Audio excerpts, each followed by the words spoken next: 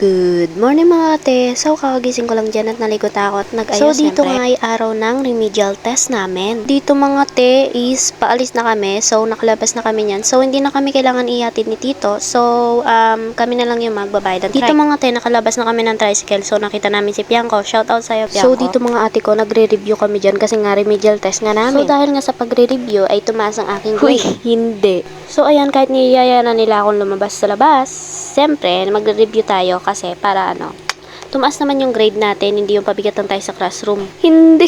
So, ito yung mga te, yung mga nire-review namin. So, fair dami niya mga te. So, dito nga mga te, ay recess na namin. So, bababa na kami lahat para kumain, diba? Sabay-sabay. So, mga ate ko, uwian na nga po pala namin. So, dito mga ate ko, tingnan nyo yung kakulitan ni, Kirsten. Tiffany! Diba? Post ka ngayon, Kylie. Post ka ngayon. Post ka ngayon. This is... So, dito mga te, at malapit na kami nga sa sa gate ng school namin. So, nandito nga pala kami. So, fair lapit na lang namin sa bahay namin. So, fair na lang talaga te, mga te. Huy, hindi. So, nasa bahay na ako. See you next time.